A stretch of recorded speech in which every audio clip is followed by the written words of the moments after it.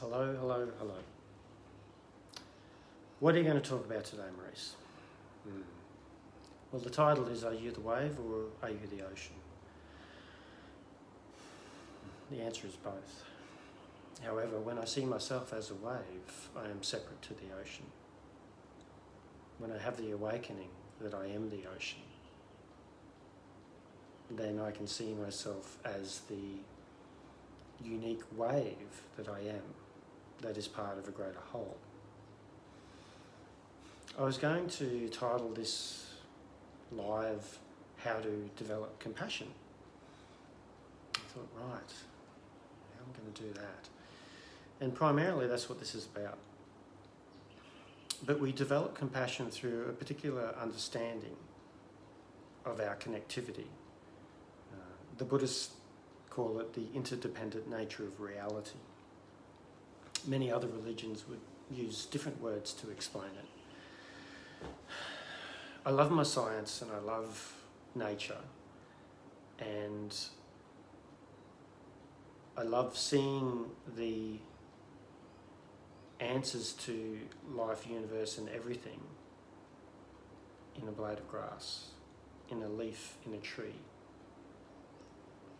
in a ripple of water, in looking in the mirror as well. So I found it interesting when I was writing the book. I talk about the concept of the snowflake and trying to explain this concept that we are unique within our soul print, in a sense, similar to a snowflake having its own unique crystallized blueprint. And there's that saying that no snowflake is identical to another. So I did a bit of research around that and I thought, well, why is that so? And is it so? Now, they can't necessarily disprove it because they haven't found and searched through every snowflake that has ever fallen on the planet to then find that this one is the same as this one. However, what scientists have said though is that each snowflake starts as a droplet of water, and each snowflake is hexagonal, or it has 6 points within its design. So that's interesting because it sort of reminds me that each human being is made of the one DNA blueprint, in a sense. We have arms and legs and eyes, and we've got this blueprint that creates this human body that makes us different to apes and chimps and dogs and cats. So that's in a sense, the hexagonal component of the snowflake. However, each snowflake, as it falls through the temperatures, the clouds, the atmosphere, it has its own experience. And so by the time that it hits the ground, it then becomes a particular shape, a particular sequence of experiences. Really, that's what the snowflake is. And that snowflake is representative of what you and I are. And the reason why I'm telling you about snowflakes and waves and oceans is that currently in the world, there is so much separation. There is so much us versus them. And it's all built on fear rather than love and hope. And I just want to try to dispel some of that fear, because fear can only lead to more fear. Hate begets hate. Separation causes further separation. There is no union in separation. And I think the time is now to come to an understanding that if you want to live this life, we really need to start to be familiar with a thing called the heart space, coming from that space. For people who are aware of the energy systems called the chakras, we've got a heart chakra. It's the green ray. And this is the space that I encourage people to tap into, to speak from, to move from, to act from. This is a space that creates union. And when I ask the question, are you the wave or are you the ocean? When you realise that you are the ocean, you then have a greater union. Separateness decreases and, in a sense, disappears. And then you are connected to your fellow man, fellow woman, fellow person, fellow soul. Yes. We are the wave, the ocean, and the sand. Beautiful. So, we're everything. That's what we are. So I'd like to present to you this concept of, we talk about self and others, but I'd like to expand that a little bit more to move towards self and other selves. Okay? That there is nothing, nobody that is separate from you, because you are, as Garth said, the wave, the ocean and the sand. You are everything. It doesn't mean that I am you and you are me. There is some uniqueness that sits within that, and that's the uniqueness of the patterns of the snowflakes. Because each one of us, as consciousness, has had its own journey as soul through many dimensions, and I'm going to say it, many lifetimes. For some of you, you'll switch off here. That's okay. For the others that are going to sit with me, then beautiful. Let's enjoy this ride. As you go through your different incarnations, you have different experiences. As the water droplet comes through all the different barometric pressures and temperatures, it will then create its own blueprint. You are creating your own blueprint for soul each incarnation that you have, and this is one of your incarnations, and these experiences that you are having is imprinting on your soul print. However, you and I are but fractals of the same one. And that is where the wave in the ocean analogy comes from. That's where the snowflake analogy comes from as well. So why are you telling me this, Maurice? What does that got to do with anything? Well, what it's got to do with is that when I judge another for being wrong, when I judge another for being a hypocrite, when I judge another for whatever it is that I judge them for, ultimately I'm judging myself, because they are a same fractal of that.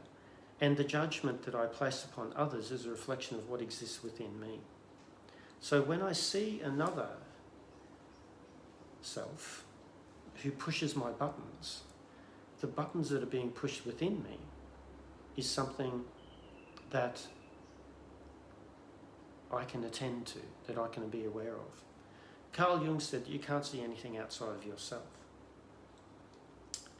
We don't see the world as it is, we see the world as ourselves. This world is but a holographic experience. The world is a mirror. So all of these analogies, all of these phrases are pointing to this one discussion, that we can only ever have our own experience and we can only ever see ourselves, but we see ourselves through other selves. And every other self that is placed upon your path today is your path of least resistance. Everything that happens to you today has great value because what it is representing you. The way that you experience others is your experience. Now, when I start to come to an understanding of that, I can let go of being the victim and someone else being the perpetrator. I can let go of me being the perpetrator and someone else being the victim. I can start to see that I can learn about myself each and every day through every experience that I have with another self, because what I see in them is ultimately what resides within me. And if I see an injustice, if I see a judgment that I'm making upon somebody else, I can then start to go, wow, that's really interesting. Obviously, I haven't healed that part within myself. Thank you, other self, for showing me that. Now, it doesn't make what the other person has done acceptable, and that's okay. But what it does is it highlights what exists within you at that particular time. And really, the only reason why it's placed upon your path is because you need to become aware of it today. Otherwise it wouldn't have happened to you. Because there is perfection in timing, because nature is perfect, because the universe is perfect in the way that it is, because there is a sense of free will from a soul's perspective. These conversations can be quite deep for some people, but I would be a hypocrite, and I would be inauthentic if I was not going to speak about this myself, because this is the way that I see life. This is what I want to share with people, and I'm not the only one who sees it in this way. But I have a gift of articulating concepts, and that is part of my journey upon this earth, is to share conversations that come from the heart, to share conversations that create union, not separation. And there is far too much separation upon this planet right here and right now with what is going on. And when we fall prey to mainstream media, which is basically sharing fear and separation and perpetrator and victim, then we then start to use that as our point of attraction. When that becomes our point of attraction, our point of reference, that then becomes our truth. And there can be no other experience other than your truth. So what I'm trying to present to you today, within this video, within these words, is that there are other truths. And imagine if you could generate a truth that was based on union and love and acceptance and understanding and compassion. Because you can. And if you choose to go down this path, you will then start to find evidence for it. Because ultimately, a truth isn't a universal truth. A truth is only a relative truth. A truth starts off with a thought, which activates an emotion. The emotion activates a belief system that the thought could be possible. Once you have a belief system, you then create an expectation that that could happen. The expectation creates the experience. The experience is a solidification of the thought. Once you have an experience, you then have a sense of known. When you know something, then you believe it. Believing something is different to having a belief. When you believe something, that then becomes your truth. The question is, how many truths do you have that do not serve you? And why is it that I continue to hold on to truths that don't serve me? How many truths do you have to create separation? And why would I want to create a truth that created separation? How many truths have been given to you by others? Remember, the first 10 years of our life is the imprinting stage. So, my questions to you today is, are you the wave or are you the ocean? And if you're still considering yourself as being the wave, then I would ask you to expand your heart, expand your perception, and start to see that you are this beautiful spark of the creation that has its own blueprint, its own soul print, and every other self is the same. And if I am hating on, judging another, I'm really only judging that part of myself. Because I am connected. There's the interdependent nature of reality.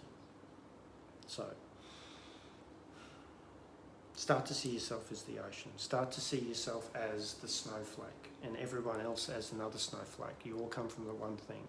You're here for a particular experience. You've got this opportunity to create your own truths, your own beliefs, and your own experiences. Let go of the truths that don't serve you anymore. Replace them with truths that do serve you. Okay? Because ultimately, you are the one who creates your own reality. No one else is creating your own reality. And if you think someone else is, then that's your truth. That's not serving you, that's disempowering you. I am here to empower you to see the beauty and the magnificence that you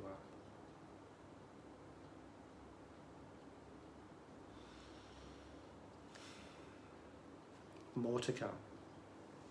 Have yourself a beautiful day.